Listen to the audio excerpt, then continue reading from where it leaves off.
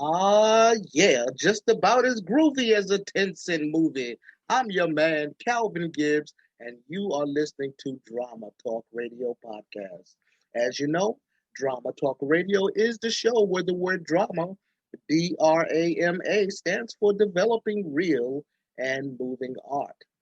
Thank you for choosing to listen to this segment of Drama Talk Radio because I have a guest today who is our first international guest. She's actually in Germany at this time, where she's currently living. And I'm going to tell you a little bit about her, and then I'll let her fill in the blanks. Meilin Ehlke is a world-renowned artist and healer. And for the past 10 years, she's helped thousands of people connect with the source of universal knowledge so they can feel whole, rejuvenated, and empowered to seek their chosen path. Please welcome Meilin to the show. Welcome, Meilin. Oh, thank you, Calvin, for having me. I'm really excited. I didn't know that I would be your first international guest, so celebration to it. Yes, indeed. Yes, indeed. And I'm so happy to have you on the show as well. And we want to find out a little bit more about you and what you do and how you do it. So I was reading your bio, and it says you are an artist and a healer. Mhm. So tell us about the healing part. What do you do as far as healing people? I learned that my presence is already healing, very calming. It took me a while, and I asked always people, "Oh, what do I do? What do we?" And they said, "Oh, whenever we come to you or we speak with you, we feel relaxed." And then I noticed just my words, the energy, what I emanate out, the wisdom I speak is already healing. But at the same time, I transcend in a way energy through me. So I'm in my field, it's called a physical channel. I always have energies of many beings coming through. And so it always comes out and my body switches a little bit. So if you're talking about moving art, I'm just thinking about it. My body is a piece of moving art then. Okay. Because Okay. in different moments, I'm a different being, especially if I hone into what is needed in the moment. Okay. And I did notice in talking to you just a few minutes before the show, I was trying to pick up on the vibe, if you will. And I did notice that I was feeling very comfortable our first time talking ever. And in this video, I can actually see you, although on the podcast it's going to be audio. You have a very calming presence about you. Now, when did you first learn that you had this presence about yourself? Yeah, that is a great question. But I think, like every artist or anyone who is interested in expression, we learn through our own experiences, right? Mm-hmm. And so it was my life experiences that made me recognize it. And I would say it started when I lived in the US. As a 20-year-old woman, I went over, I wanted to explore the other side of my family. My dad's American, and I wanted to experience and understand him a little bit. So I wanted to experience his culture, right? And also to understand what is within me. And in Atlanta, there I learned to heal a little bit my own body, to experience with different modalities. I don't know, chiropractor or Rolfing, or then the Korean yoga. And more I figured out that energy does flow really strong through my body. And you go just from one into the other. And I also noticed, similar after my studies of landscape architecture, when I was in Atlanta, I always was looking for a studio where I could paint, because in college we could paint. It was part of, we were always having project, and I was starting to miss it in the real work field. It was too rigid for my personal style. So then I looked for a studio, and there I noticed when I could paint what I wanted, I did energy movements and free of my hand, and I noticed my body always created larger movements. And like from a small, I'm still the generation in landscape architecture, we had to put a lot of papers on top of each other on the light table and then draw, right? Before the computer came. I was just at that switch. So I had become stiff. My body had become stiff just to use the pen to draw lines or pull after lines. Right. And then so slowly I noticed my body was opening up and beginning to move larger. And then I would dance. I would go always at night, right then to the studio. I would have 5 to 8 foot paintings, and I would just swirl and dance with a paintbrush. And those were very energetic paintings. And that's why I started thinking, said, oh my God. So I don't only feel it in my body, I also put it onto artwork. Okay. Now those energetic movements, and as far as the paintings, does it tell, do you feel which colors you should be using, or how does that work? Yes. So I knew always one thing, I had to be the materials had to be very interesting, very pure. I learned that rather quick. So I did use acrylics at the beginning, and but there I looked for very strong pigmented material. So what I go for very high quality, so that the colors are really the ones that I wanted to paint. Okay. Right? Many colors always looked very whitish. There was so much white mixed in, or even in house paint that you put in your house. Even there, it takes a long time for me to find exactly the right color that is needed. Okay. I've learned that too, because everything I start to do in life becomes my medicine. So even a color on a painting, or even if it's then for a person. So, and then also I did like almost a collage painting. I painted with acrylic and then paper over it. And I tore that paper and pasted it on. And even there, it had to be handmade papers. So I got papers from around the world that were out of natural materials. And then I would go over oils and glass and lava and gold and metal, other precious metals in a way that were very, very thin, or pure from that you get from shells. That's the shiny stuff. I can't remember now the name. That's okay. So and then this became important that I had this.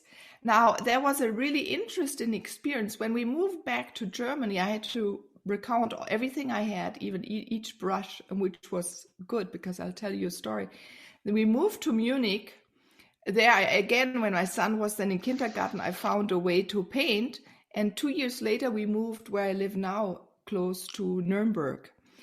On that way over here, the truck of a huge logistic company burned down to the ground on the Autobahn. It's the first truck that ever burned. Wow. And all my studio and all my artwork that was ready to go to a gallery here in Germany, I had painted years on this, disappeared.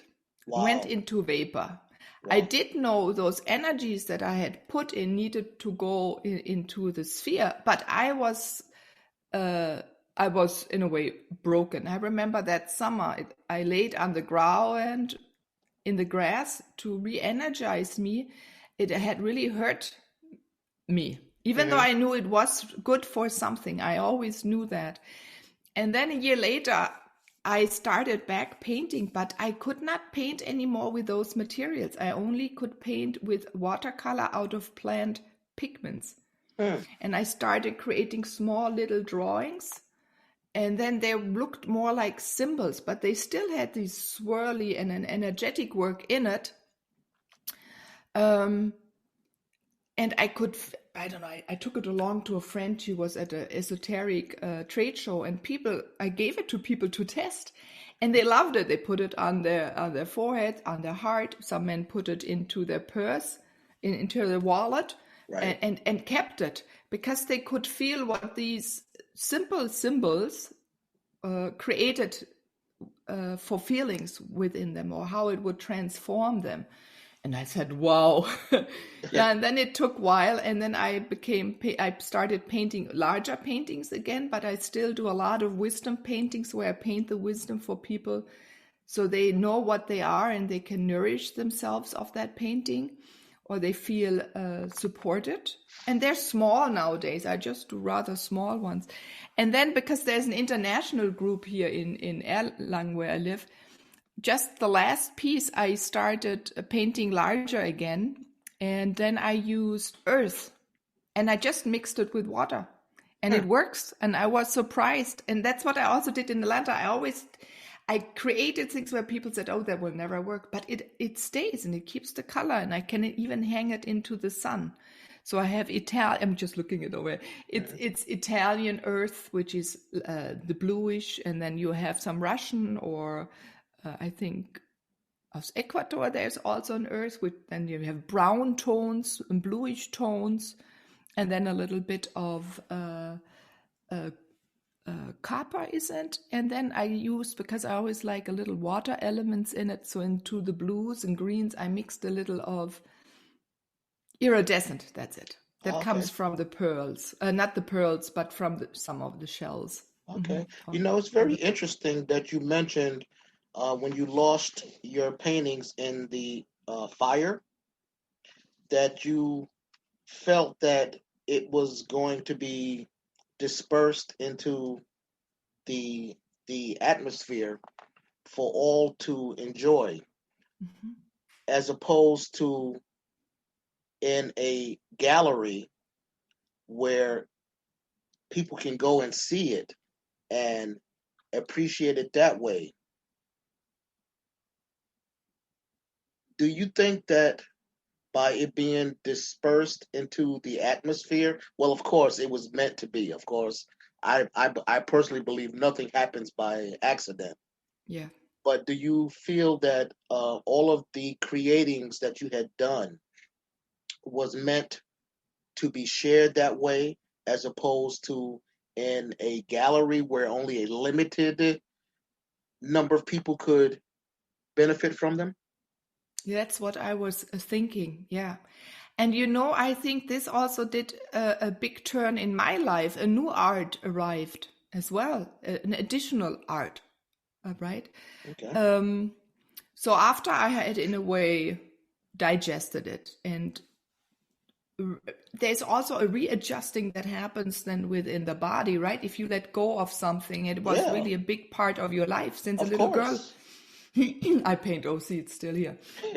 It's okay. It's okay. and in landscape architecture, like we draw, and even if you build a bridge and paint it yellow in the middle of Atlanta, right?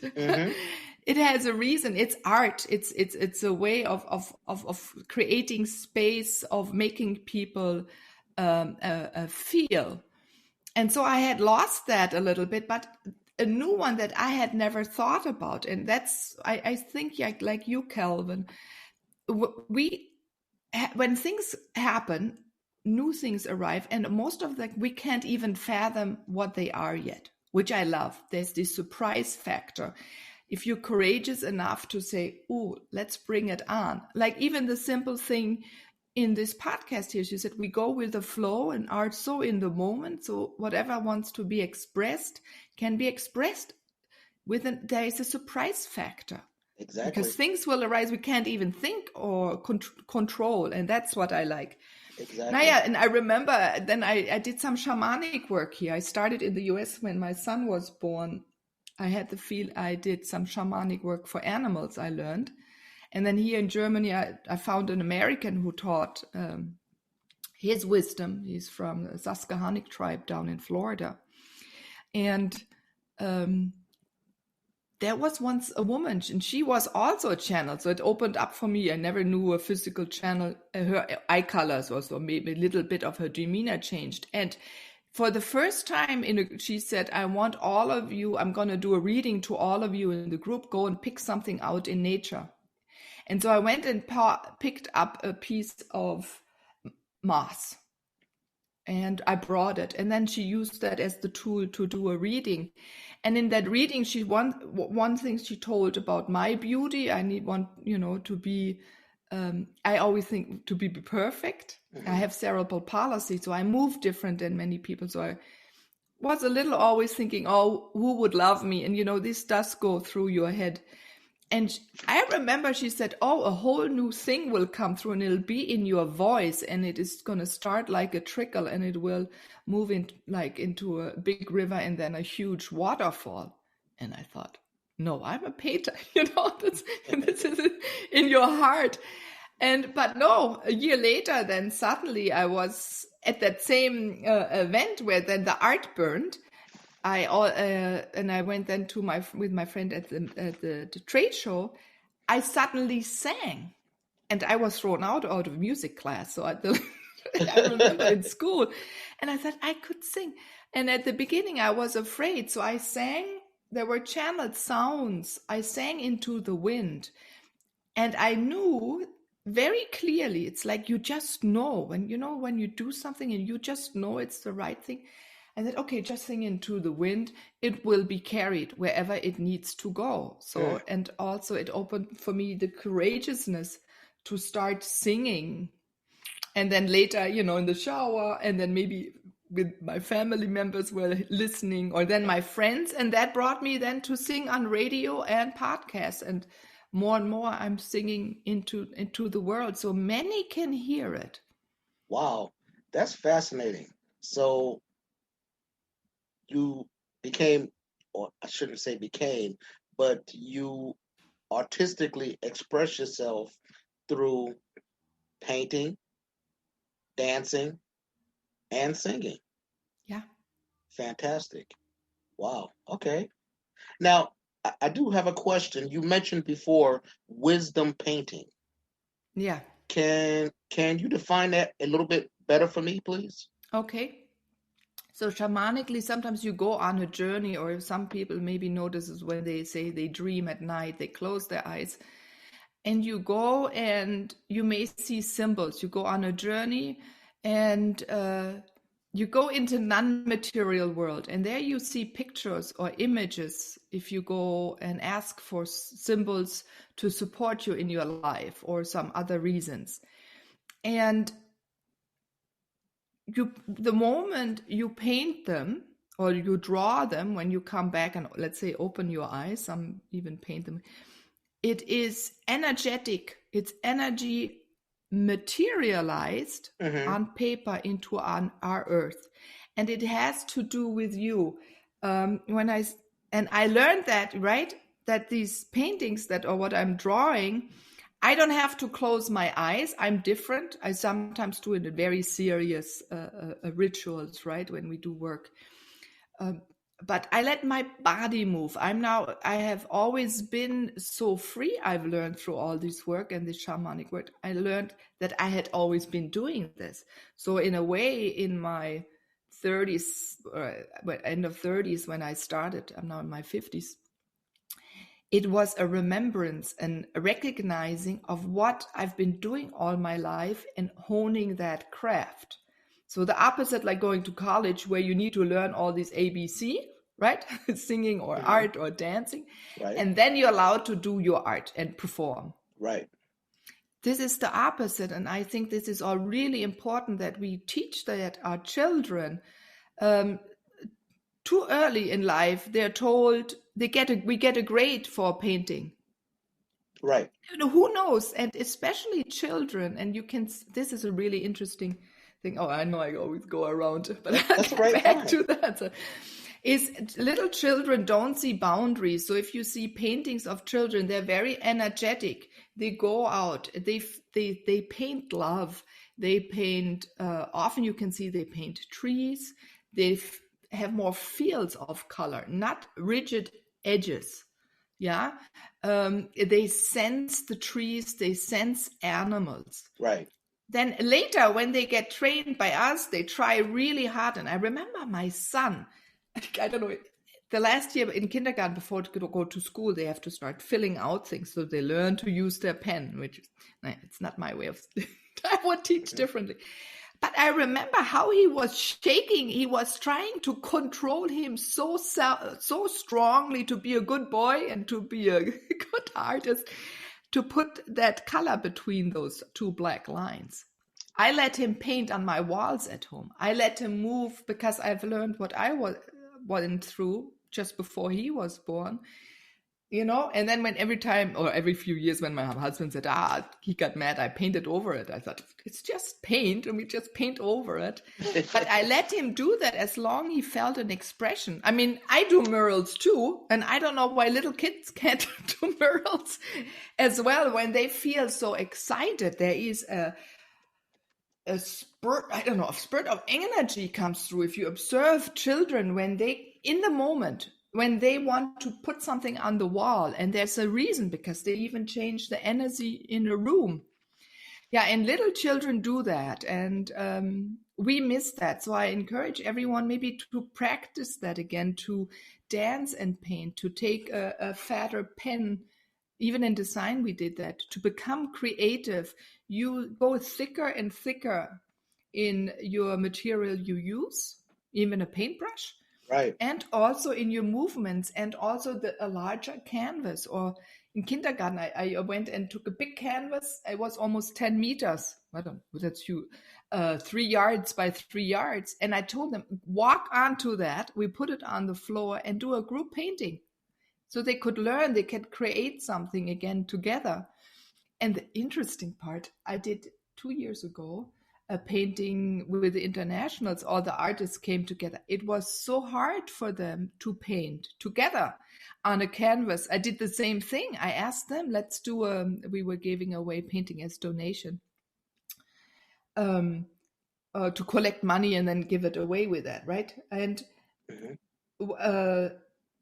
at the beginning, I could see they painted only on the edges. Everyone took like their place, and it took them until I stepped in and painted in the middle, and was courageous enough to paint over some other people's. Then they noticed it's like I gave them permission to step in and paint over others. At the end, they all loved it. At the end, they all said, I would have not ever believed I can paint with other painters together.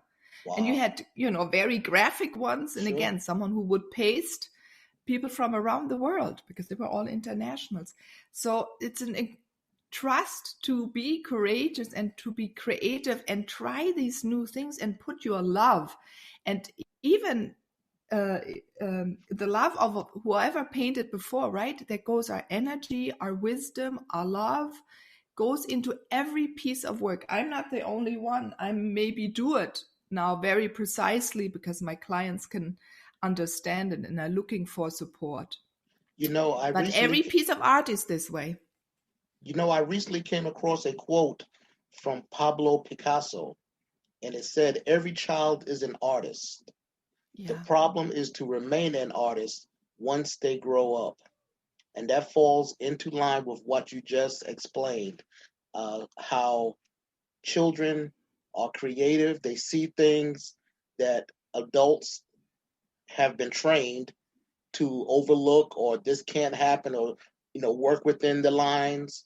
And that is the main thing, to remain an artist, to keep your creativity once you grow up and maybe have to buck against the rules, if you will. Mm-hmm. Now, you also have a podcast. Yeah. You mentioned that. Is that a podcast or is it a radio show? I had for 6 years a radio show. It's called Moving to One, Sacred Sound Surprises, where I was testing this multimedia way or faceted way I function, where I brought wisdom into the show for personal and for the world, right? The beautiful planet is important to me. People could call in or even ask questions, and I would give personal healings, or I would go on journeys, or I would speak and channel sounds and songs. And there was, people called in for peace songs, or if there was anything else going on, in the world, Mm-hmm. crises. Right. Yeah, we would do work together, and it was always like a mini workshop, yeah, or a mini coaching, but for the people that were there and individually. Then the podcast, though, I wanted a different relationship because interaction. I wanted to ask before. I was a little bit too determined on the setting of the other one, even though it was very free. There was no advertisement and nothing. I loved that. I wanted something just came, and it really didn't start at a podcast. I always had the idea of a podcast, but a friend of mine came together. We said, oh, let's do a humming for the world once a month and invite people to hum with us. Now, yeah, but then what happened? I did paint one day. I got moved, and I had to go downstairs, pick some paints, and it was a purple and gold and some white gold. And I did like a swoosh that goes into a point. And then there was a circle full of gold. And I showed that to my friend and I said, look, this looks like moving to oneness. So what happened in that moment, Galvin, I painted my own show, the wisdom that needed to go into that show. I didn't notice when I was painting it, but suddenly, a few minutes later, or I knew that it was that suddenly gave the title, it gave the intention, it was like collecting all these people of the world and to bring them really to this oneness. And this movement had to be within it, right? Like you have in your title there, it's important that we move together and that we look at everything that exists and see all the talents and the hard work and the love people are doing in this world to help us realize that we're one on this planet, and we really all have the same intention to move into our natural state, to feel loved, comfortable, be in harmony, balance with everything that exists, and acknowledge that we have a we all are connected to this one thought, this one light, this one sound, this one intent. And the list goes on, and that we're here only to do beautiful things.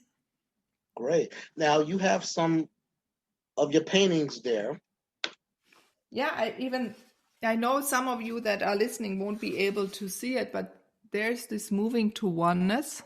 Oh, okay. I see the gold circle that you were talking about, and then the purple swoosh. Yeah. Okay. And that gave you the name of your podcast. Right. And then I'm going to use the one I did. So I'm a girl, whatever I do, I work in spirals. My hands spiral. I connect people right to the realms, to their source, to this earth. And these spirals come together, and then they can send that out into their energy and their message into the world. So one day I painted it myself, my own logo. Okay. Wow. Okay. So sometimes I painted logos for people. Okay. That's where that came from. Yeah. I know, I can sense. But other people are different. So let's use... Some are very colorful. Oh, wow. Right. I have to turn it around. Okay. Wow. Here is a person that was so light. She had to learn that she was so very, very, you barely see the color. Yes. I had to really work hard to barely have color in the water. That's how she's so fine, and she really is always the word fine, but the material is so whimsical. It's the way she is, thoughts, moves, right? So that was her. And then someone who was more plant oriented, so you see the growth of a plant with the flowering and the sun. Now, because that one is more bold as far as the colors, does that mean the person is more aggressive or more, they speak up more as opposed to the other one that was very light, you can hardly see it?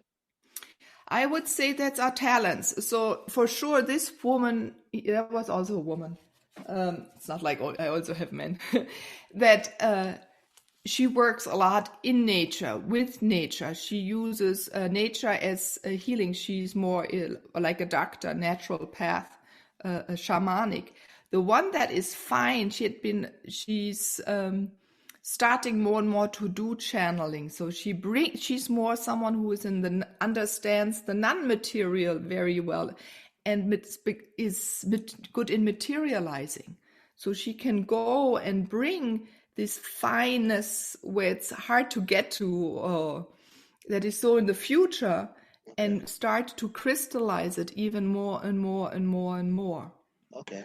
Yeah, and then it's a much more fine. The other one is also more sure and more, like the green color is. Yes. Stands Yeah, out and more when we think exposed. about the whimsical, and then these colors are all gone and has a reason. Fantastic.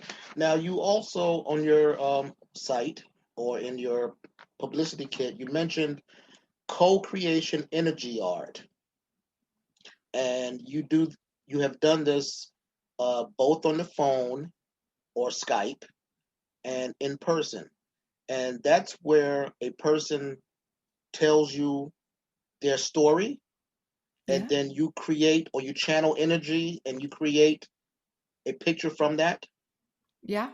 and you can do that on the phone even.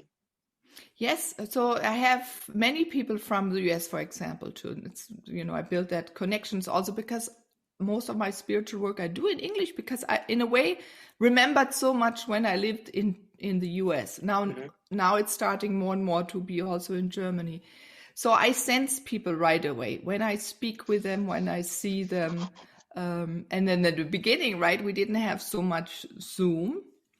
Skype was more the Right. one to go, but I pick it up, and then sometimes I can paint right away, and sometimes it takes time because the environment has to be ready for this, what wants to come and wants to be lived, right? There's a transformative energy that comes too.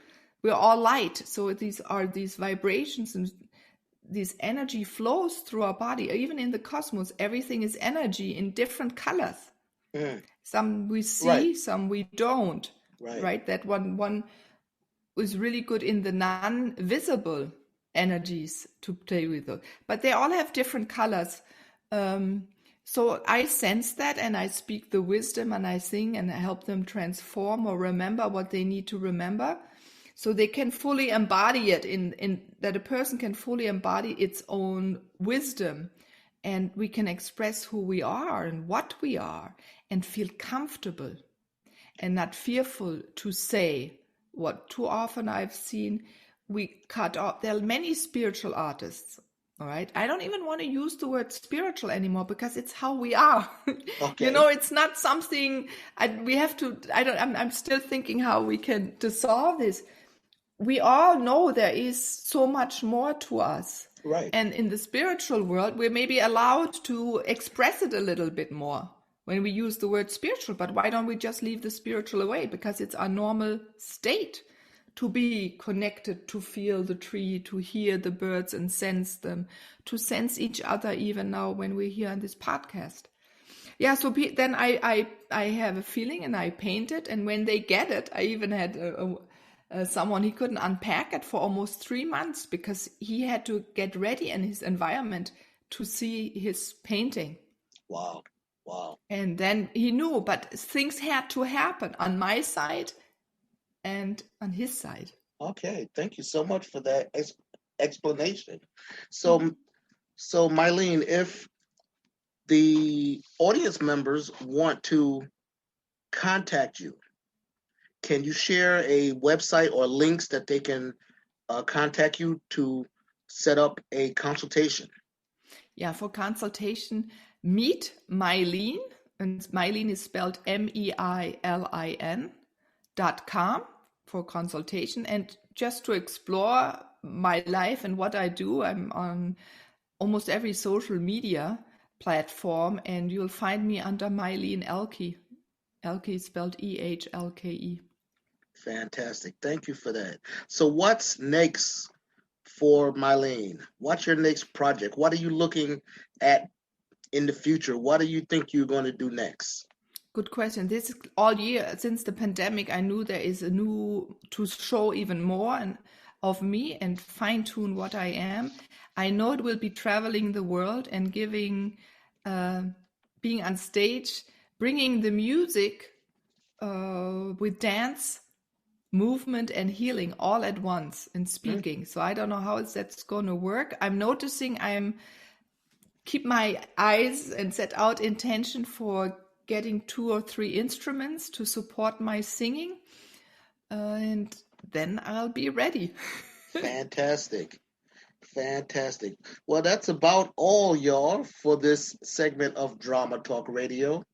I would like to thank my guest, Meilin Ehlke, for being on. Thank you, Meilin. Thank you for having me, Calvin. I really enjoyed our time together. I enjoyed it as well, and I'm sure our guests and listeners have learned a lot about you. And hopefully, they'll be contacting you to find out what you can tell them or show them about themselves to live a better and more fulfilled life. Yeah, thank you. Well, it's always imparting here on Drama Talk Radio that we take 2 steps to the rear and get on out of here until the next episode. Exit stage left.